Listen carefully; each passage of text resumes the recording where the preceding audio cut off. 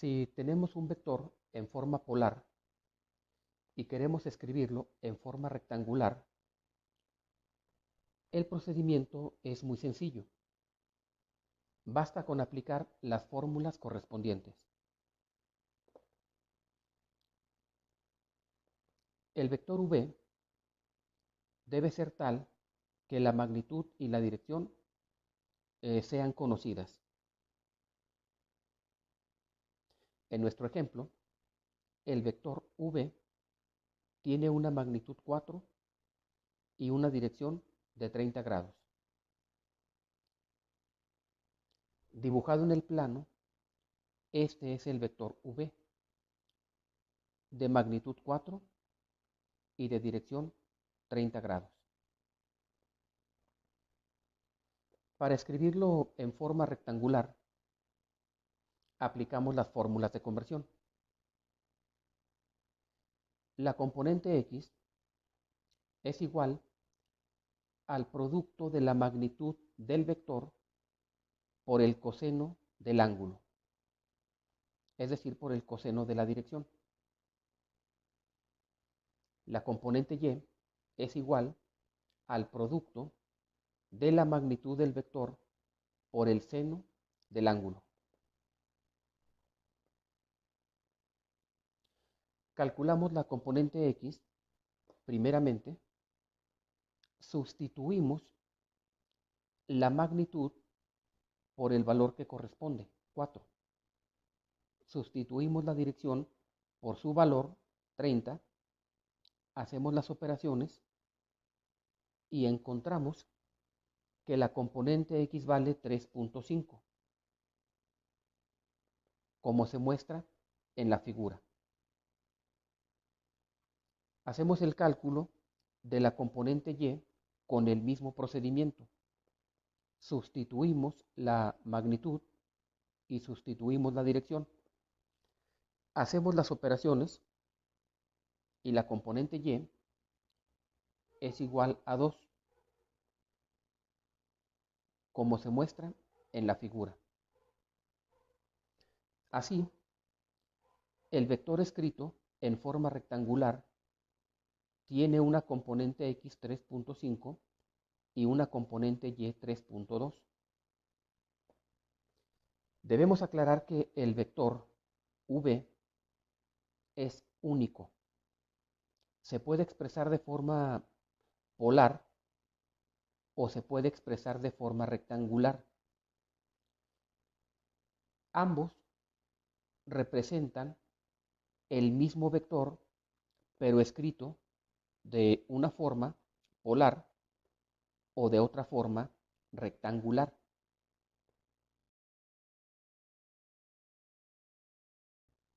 Si tenemos un vector en forma rectangular y queremos escribirlo a la forma polar, el procedimiento también es muy sencillo y basta con aplicar las fórmulas correspondientes. El vector en forma rectangular es tal que la componente x y y son conocidas. En nuestro ejemplo, la componente x vale 4 y la componente y vale 2.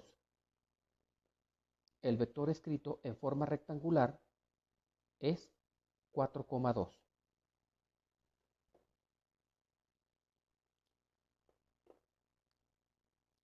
Esta es la gráfica del vector en forma rectangular.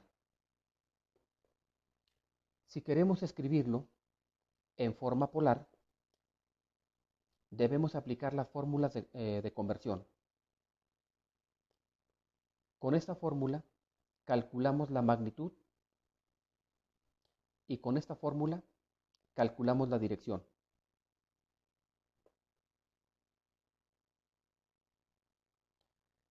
Sustituimos la componente x que vale 4, la componente y que vale 2, hacemos las operaciones correspondientes y obtenemos que la magnitud del vector es 4.5.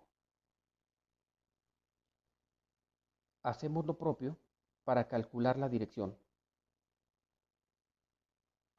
El ángulo es igual a arcotangente de la componente y, que vale 2, entre la componente x, que vale 4.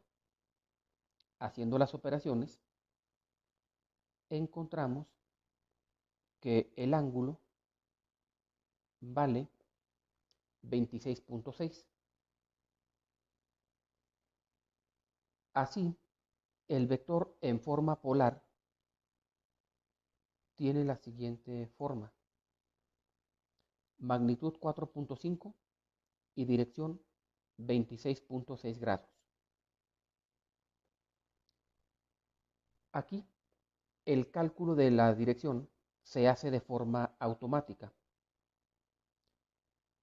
Al hacerlo en una calculadora, debemos tener en cuenta lo siguiente.